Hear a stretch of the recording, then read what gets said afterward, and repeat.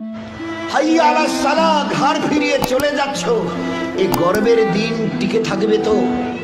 You will be very proud for this that I am a very young and steady. এটা ঠিক থাকবে তো? তোমার এই জওয়ানিকে তুমি ধরে রাখতে পারবে তো? তোমার এই জওয়ানি ঢলবে না তো? ভালো করে ইয়াদ করো, আমি তোমার বড় মেহেরবান আল্লাহ তোমাকে বলছি, একটু ঝুঁকতে শেখো। কি আছে তোমার কাছে গর্ব করার মতো? একটা জিনিস আমাকে দেখিয়ে দাও। আল্লাহ দেখিয়ে দিয়েছে তোমার কাছে তিনটে আছে, তিনটি। কি কি? এক, পায়ের নখ থেকে মাথার চুল পর্যন্ত নাপাক ছাড়া আর পাক বলে কোনো কিছু নেই তোমার কাছে। দেখাও একটা জায়গায়, এই জায়গাটা পাক আছে, বদবু ছাড়া খুশবু বের হয়, দেখাও। পুরুষ হওয়ার মেয়ে ছেলে, দেখাও না। খুলিকাল ইনসানু মিন নুতফা। আমি আল্লাহ জিজ্ঞাসা করছি, তোমার পরিচয়টা আমাকে শোনাবে। পরিচয়টা কি আছে আমাদের কাছে ওই পরিচয় ছাড়া? Few back days we everybody were of a drop of a dirty fluid, nothing else. আমরা সবাই, আল্লাহ আমাদের পরিচয় জানতে চাইছেন। খুলিকাল ইনসানু মিন নুতফা। আমরা বড় ওই নাপাক মনির কাতরা থেকে আমরা জন্ম নিয়েছি। আমাদের পরিচয় few back days we are a drop of a dirty fluid. আমরা এক বিন্দু নাপাক মনির কাতরা, এর চাইতে বড় পরিচয়। আচ্ছা, তোমার পায়ের নখ থেকে মাথার চুল পর্যন্ত একটা জায়গা দেখাবে যেখান থেকে খুশবু বার হয়, দেখাও। নাক থেকে যদি করো, স্বামীও পর্যন্ত বলবে নাকটা একটু ঘুরিয়ে ওই দিকে। মুখ দিয়ে অক করো যদি, তো ছেলেমেয়েরা বলবে আম্মু তুমি এটা কি করছো? পায়খানা পেশাবের রাস্তা দিয়ে হলে তো কথাই নেই। কান থেকে যদি কিছু বেরোয় তো কথাই নেই। চোখের এই জায়গা থেকে যদি বেরোয় তো পাশে কেউ বসতে দেবে না। এরপরে পুরো শরীরের এক একটা লোমের গোড়া থেকে যদি একটু করে ঘাম বের হয়, তো আমার নিজের বিবি, নিজের বেটা বেটি বলবে না আব্বু, স্বামী একটু হাতটা দাও তো, একটু চুমু দিই। চুমু দি, ঘাম বেরোচ্ছে তো, তুমি তো হাজারো হলে আমার স্বামী, তুমি তো আমাদের আব্বু, তা একটু দাও না, একটু চুমু দিই। কেউ সবাই আব্বু একটু হাতটা সরিয়ে নাও না, ঘাম বেরোচ্ছে। এই তো তোমার পরিচয়। পারে নখ থেকে মাথার চুল পর্যন্ত বদবু ছাড়া কোথাও। তিন, খুলিকাল ইনসানু মিন জাইফা। তোমরা বড় দুর্বল। আমি জিজ্ঞাসা করছি, 3.5 হাতের একটা এইরকম শরীর, সুটাম চেহারা, আচ্ছা তোমার পিঠে কি বসে আছে? এইভাবে 2-3 বার দেখার পরে বলবে কই, দেখা তো যায় না। আচ্ছা, তা তুমি না খুব বুদ্ধির বড়াই করো, মডার্ন টেকনোলজি আর সায়েন্সের খুব গালগপ্প করো, তোমার নিজের পিঠে কি বসে আছে তুমি বলতে পারো না? বলে না, তা জানি। আচ্ছা 10 মিনিট পরে তোমার পজিশন, অবস্থা কি থাকবে জানো তুমি? বলে আমরা কিচ্ছু জানি না।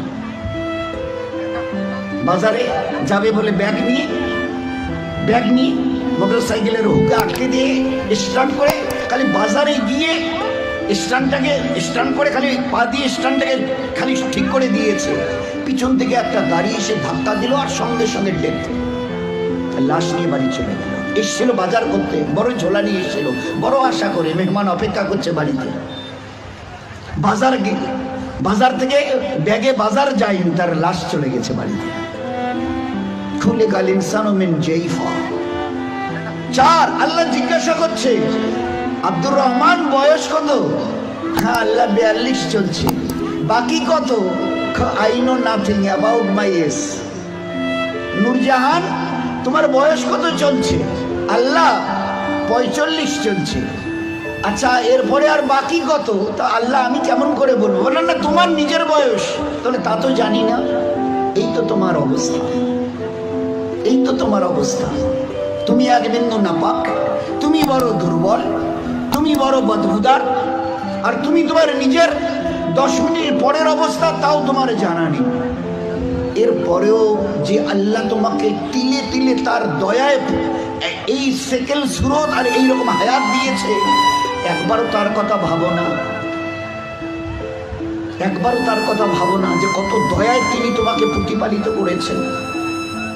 দেখবেন সবাই, আমরা তো ওই সময় থাকি না, ওখানে মেয়েরাই থাকে। বাচ্চা যখন জন্ম নেয় না, তো যারা দাদি নানি চাচি যারা ওখানে ভিতরে থাকে, ও তারা এবারে বাচ্চা বের হবার পরে এবারে হাতটার নখগুলো ভালো করে দেখে, কান টানগুলো ঠিক আছে কিনা, সব কিছু চোখ টোকগুলো, হ্যাঁ ঠিক আছে গো, ঠিক আছে, খবরদার বাচ্চা ছেলে হয়েছে মেয়ে হয়েছে, ঠিক আছে, সব ঠিক হয়েছে, সব আছে। চোখ আছে, বুরু আছে, মাথায় চুল আছে, হাত পা ওর নখটুকু পর্যন্ত বেশ গুজিয়েছে। আচ্ছা, তোর মুখে দাঁত কটা নেই কেন? কখনো ভেবেছ? এ জগতের ইনসান, ভেবেছো কখনো? সব বলছো ওকে, আচ্ছা দাঁত কটা যে নেই? আল্লাহ জবাব দিয়েছে তোমাকে বাঁচাবার জন্য। ওই সময় তোমার মুখে দাঁত কটা, যে আল্লাহ তোমার সব কিছু দিয়েছে, হাতের পায়ের নখ পর্যন্ত আছে, 2-4-5 দিন পরে কেটে দিতে হয়, সেখানে দাঁত কটা দিইনি কেন?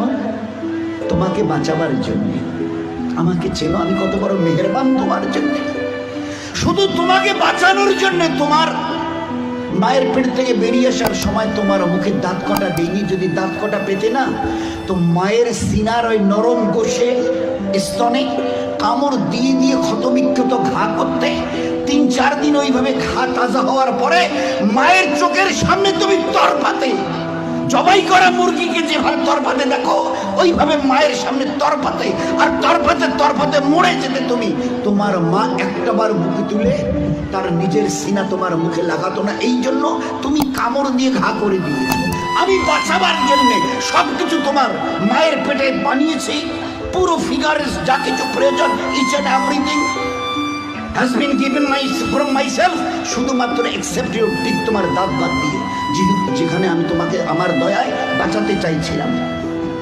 ওই জন্য দাঁত কটা দিনই, নয়তো মায়ের স্তনকে কেটে ছিন্ন বিচ্ছিন্ন করতে, মায়ের চোখের সামনে তরপাতে তরপাতে তুমি মরে যেতে। একটাবার চিন্তা করেছো আমার কথা? তোমার প্রতি কত দয়া করেছি। ফের এই বাচ্চাটা হাদিসে পাকের মধ্যে এসে আস্তে আস্তে যখন বড় হয়, তার বুবুকে, ভাইকে, আব্বাকে কিছু খেতে দেখে, শব্দ এর কানে আসে, আমারও ওই রকম দাঁত থাকলে আমিও খেতাম। আল্লাহ বলে, হাদিসে পাকের কথা বলছে, আল্লাহ বলে তুই একটু সবর কর, সবর কর, কারণ এখন তোর অতটা হুশ আওয়াজ হয়নি, এখনই যদি দাঁত দি মায়ের স্থানে কাপড় দিবি, একটু সবর কর, এই 7-8 মাস 9 মাস 10 মাস হোক না একটু, যখন তারপরে আমি দাঁত দেবো। গোস্তের ওই নরম জায়গা থেকে আস্তে করে বাবা মাও সব খুশি, আম্মা তোমার নাতির দাঁত গজিয়েছে শুনেছ? আচ্ছা, 2টো দাঁত গজিয়েছে, তো উঠতে দেখে সবাই খুশি। আচ্ছা, কখনো ভেবেছ এই দাঁতটা বাড়তে বাড়তে এই পর্যন্ত বারবার পরে আর বাড়ে না? Why? What is the reason of it? Who will give the answer? Who will give the answer? Anybody else of this world? আছে কেউ দুনিয়াওয়ালা, ও মডার্ন সায়েন্স, মডার্ন টেকনোলজিওয়ালা, এই দাঁতকে গজাতে থেকে খুশি হয়েছো? বাড়তে বাড়তে এই পর্যন্ত বেড়ে গেছে, তারপরে আর বাড়ে না। কোন দুনিয়ার মডার্ন টেকনোলজি এর পিছনে কাজ করেছে বলো? বলো না। তো দেখেছো আমার দয়া? তারপরেও যদি যেভাবে বাড়ছিল, যদি আর 6টা মাস বাড়তো না, তোমার নিজের চেহারা আয়নায় দেখলে তুমি একবার দেখে আটকে উঠে বেহুশ হয়ে মরে যেতে, অজ্ঞান হয়ে মরে যেতে। কি বিকট চেহারা! নিচের দাঁতগুলো বেড়ে গিয়ে এইরকম, উপরের দাঁতগুলো বেড়ে গিয়ে এইরকম হতো তোমার চেহারাটা, বিকট একটা চেহারা হতো। আমি ওটাকে কন্ট্রোল করেছি। এই বাচ্চা তখন 7-8-10 মাসের, 1 বছর 1.5 বছরের বাচ্চা দেখে দাদা কি যেন, ভাইজান যেন কি কর্মর করে চিবোচ্ছে, বুবু যেন কি একটা খাচ্ছে শক্ত মতো, আব্বু যেন কি একটা শক্ত মতো চিবোচ্ছে, শোনা যাচ্ছে। আসমান থেকে আওয়াজ আসে, তুই একটু সবর কর না, তোকে হালকা জিনিস খাওয়ার জন্য যে দাঁতটা এখন দিয়েছে ওটার নাম হচ্ছে দুধ দাঁত, এর ক্যাপাসিটি কম, হালকা জিনিস চিবোতে পারবি, শক্ত জিনিস চিবোলে না ও দাঁত ভেঙে যাবে, তো তুই একটু সবর কর। ফের কদিন পরে একটা করে নড়া শুরু করে, আম্মু এ দাঁতটা নড়ছে, ফের একটা একটা করে 32 টাকা আমি ট্রান্সফার করি, ফের ওখান থেকে গজানো শুরু করি।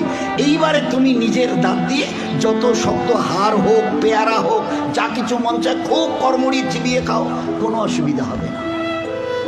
এত বড় দয়ার দান দেখেও তুমি একটাবার আমার সামনে ঝুঁকাবে না? আচ্ছা, আমার কাছে তোমাকে ফিরে আসতে হবে না? বলো বলো যে ফিরবে না, ফিরবে না। আজ তুমি আস্তিন গোটাও, লাল চোখ দেখাও, আমার জমিনে দর্প ভরে পা রেখে চলো।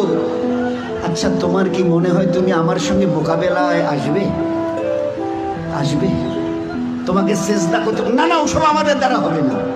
হয় হয় হয়, কি আছে তোমার কাছে গর্ব করার মতো? আর আমার সঙ্গে তুমি পাল্লা দেবে, মোকাবেলায় আসবে, কি আছে তোমার কাছে বলো না? এর মাস আজকের যেটা ফুলছে মাসল, এটাকে না আর এইদিকে ঝোলা মানে ফুলাতে পারবে না। শত চেষ্টা যদি করো তো উপরের দিকে নয়, নিচের দিকে ঝুলে থাকবে। যে দাঁত আজকে কর্মড়িয়ে অন্যের দিকে লাল চোখ করে তাকাও, এর চোখ আজ বাদে কাল ঝাপসা হবে। এ দাঁত তোমার কাছ থেকে তোমাকে জিজ্ঞাসা না করে বিদায় নেবে। এ কালো চুল তোমাকে না বলে সাদা হবে। এ শক্ত বডির মাসল এ তোমাকে না জিজ্ঞাসা করে গোশত আস্তে আস্তে চামড়া ঝুলে থাকা শুরু হবে। আমার কাছে কি তোমার কাছে আছে মোকাবেলা করার মতো? কিছুই আমি করব না, শুধু তোমার বয়সটুকুকে একটু যদি বাড়িয়ে দিই।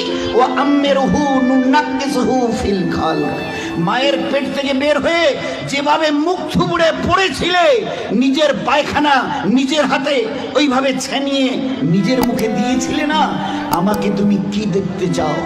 একটু যদি হায়াতটুকু বাড়িয়ে দিই, মুখ থুবড়ে পড়ে থাকতে হবে। পাশ দিয়ে কেউ হেঁটে যেতে রাজি হবে না, কারণ দেখলেই বলবে কেউ আমি একটু বাথরুম যাবো, আমার একটু হাতটা ধরে তুলে দাও তো। কেন কি তোমার ওই পিছনের দিন কটা মাসেল ফুলানো, লাল চোখ করা, জমিনে দর্প ভরে চলার ওই দিনগুলো কোথায় গেল আমি জানতে চাইছি।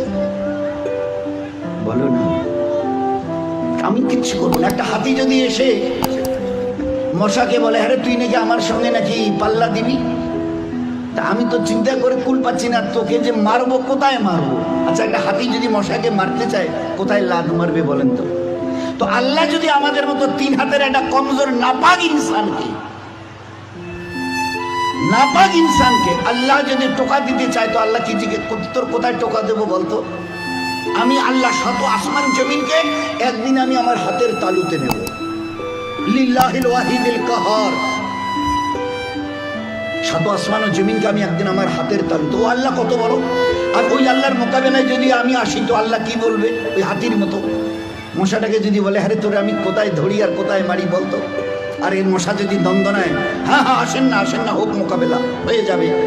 তো বলেন, আজকে খুব চিন্তা করি, আমি যদি হায়াতটুকু বাড়িয়ে দিই, মুখ থুবড়ে পড়ে থাকবে আর নিজের হাতে পায়খানা ছানবে, পাশ দিয়ে কেউ যেতে রাজি হবে না। ওই দেখলে ডাকবে শুতে মুখানা ধরতে হবে না, বাথরুম না বসি তোলো তো। কেন তোমার ওই দিনগুলো কোথায় গেল? এইরকম বুক ঠুকা দিনগুলো তোমার কোথায় গেল? দোস্ত, ও দিন আসবে, ফের দুনিয়া থেকে বিদায় নিয়ে খোদার কাছে ফিরে যেতে হবে। আল্লাহ কুল্লু নাফসিন যায়কাতুল মাউত সুম্মা ইলাইনা তুরজাউন। কে আছো দুনিয়ায়? ঝুপড়িওয়ালা আর কুরসিওয়ালা কে আছো যে আমার কাছে আসবে না?